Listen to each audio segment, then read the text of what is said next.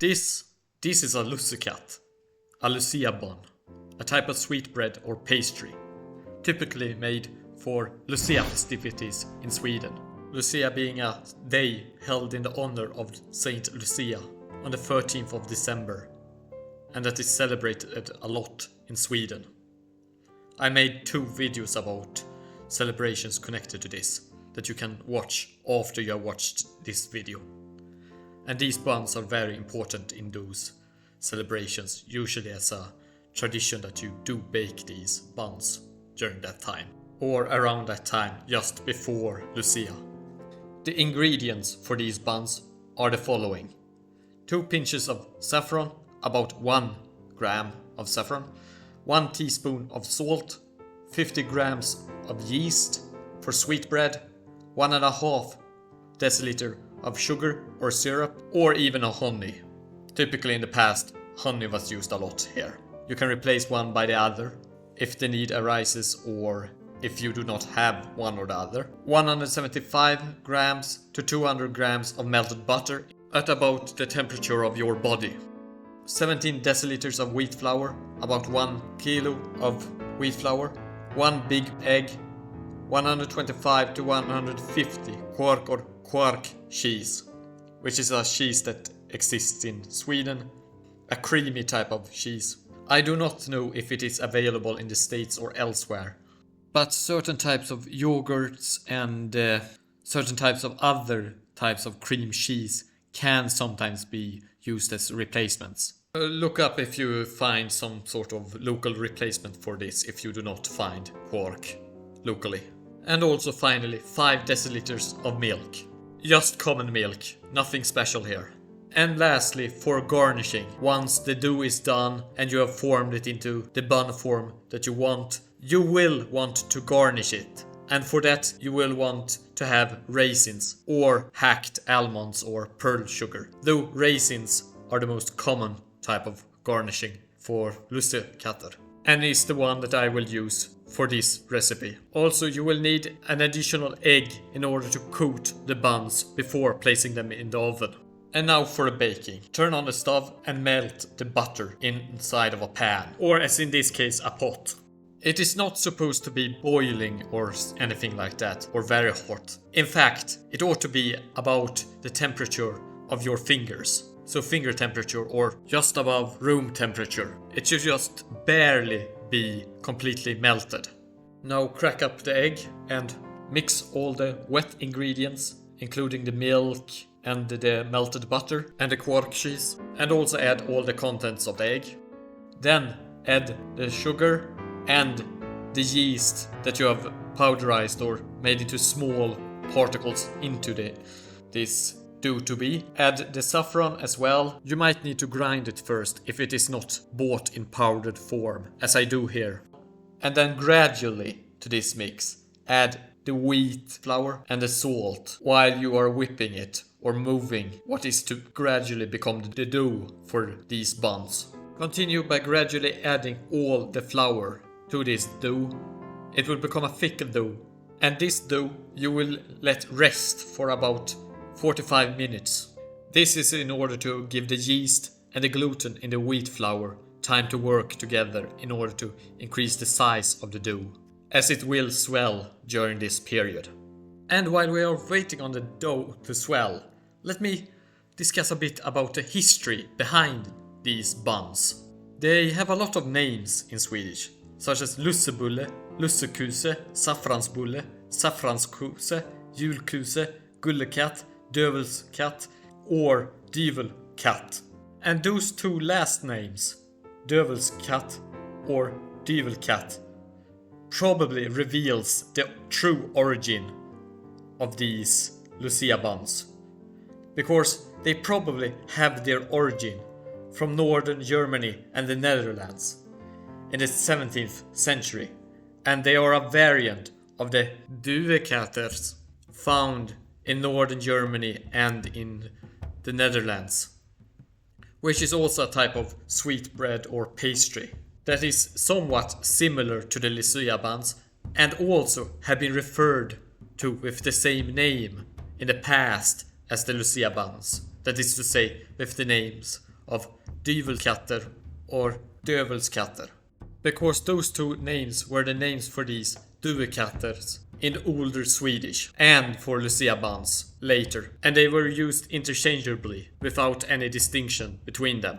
And the Lucia buns also interconnect with similar stories to these duvekatters, including stories about Jesus rewarding children with bread, and these breads being used as a way to ward off the devil, and similar legends about them.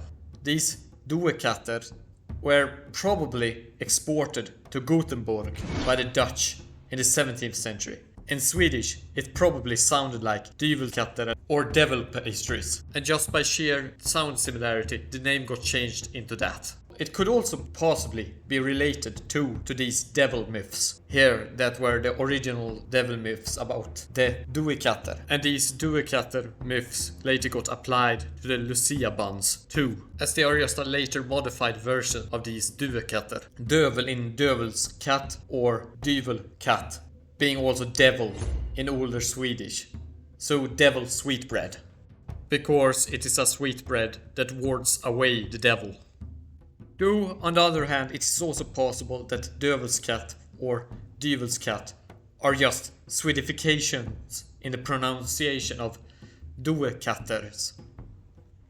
And the connections between these two types of pastries to warding off the devil are just due to separate but similar traditions emerging in similar shared cultural backgrounds. A coincidence or a possible borrowing of the duvekatters myths, but now applied to another pastry, the Lucia Bun. And the name dyvelskatt, which has been applied to both Lucia buns, the later Lucia buns, and to these duvekatters, are just a coincidence of similar naming. Though I doubt this, it is still a possibility that I think was worth mentioning, because the origin of the Lucia Bun as its own pastry is not that clear. Yet I still think it originates from the duvekatters. But it is not very clear, as stated before, since there are some differences in how you make these pastries. Though it seems likely to me that the Lussekatt is a modified variant of the duvekatt. In any case, early Lucia buns were actually used on many occasions to celebrate various Christian festivities, not only on Lucia. And it wasn't until in the late 18th to 19th century it became exclusively associated with Lucia. And when people began to call them Lussekatter, when the buns were tied to December the 13th to the saint day of Saint Lucia, they changed the name or began to call them with the term Lusse, that is to say Lucia, in the names of these buns. Also, regarding the tradition of celebrating Lucia itself, it has existed for a long time in Sweden. It stretches back to the late Middle Ages, when Sweden was Catholic and All Saints were celebrated. And after Sweden converted to Protestantism in the 16th century, saint worship was theoretically banned, but Lucia continued to be venerated in Sweden, especially in western Sweden locally, despite this ban, and it was done in defiance of official Swedish church doctrine for a long time, until the Swedish church eventually relented to popular demand. Celebration of Lucia and some other saints at that time took different regional forms, as it was no longer standardized as a practice from the church side, until it became recognized as such again later by the Swedish Protestant state church. And the Lucia buns became incorporated in these types of various local practices of saint worship and saint celebration. Also, in the 18th century, people began to add spices to these Lucia buns, or dövelskatter if they were the same pastry originally, making them into the modern form of Lussekatter that we know today.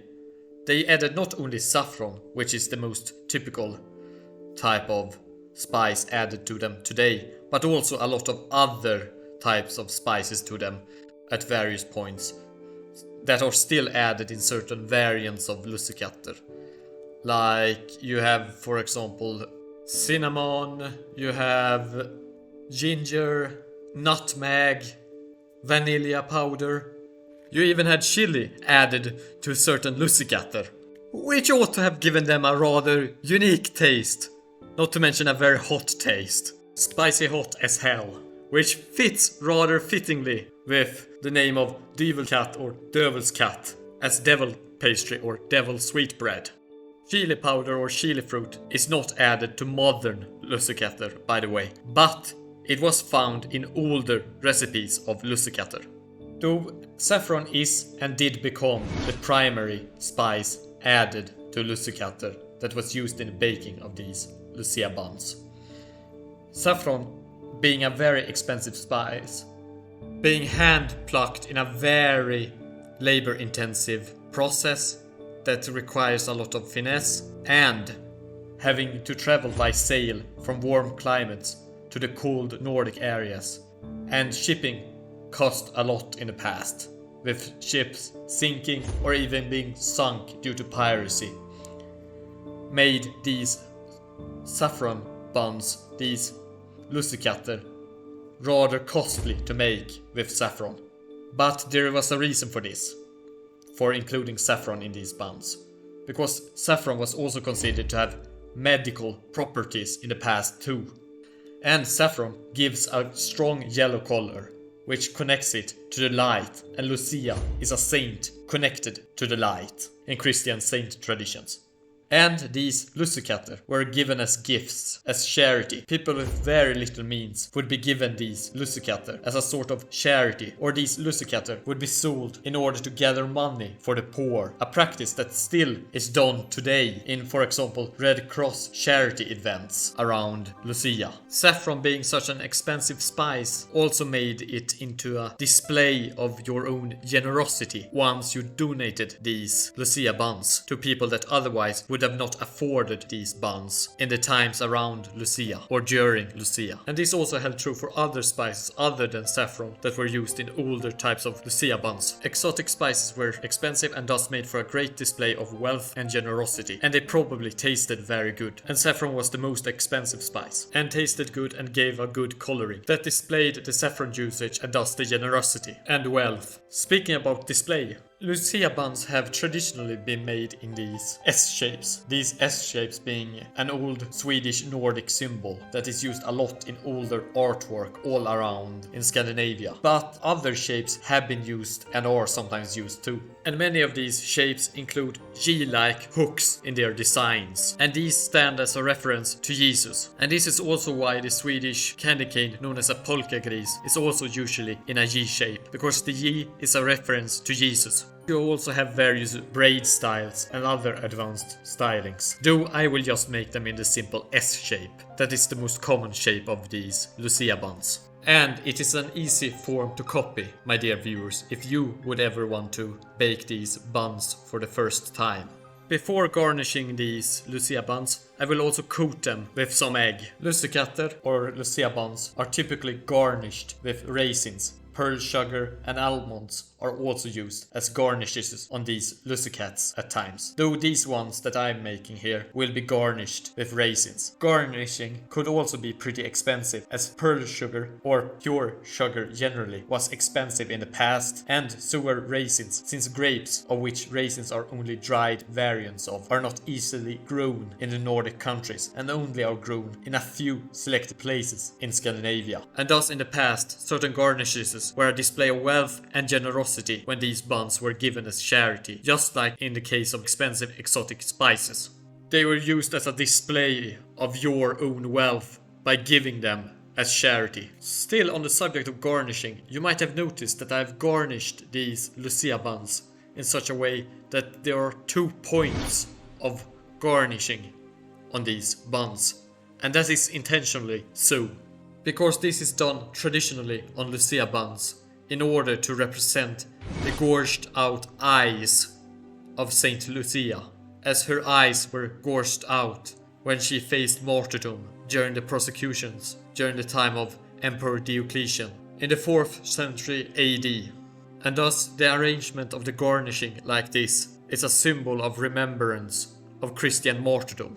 Because again, the Lucia buns are part of a greater Swedish tradition of saint worship. And the traditions of saint worship include remembrance of the martyrdom of the saints as well.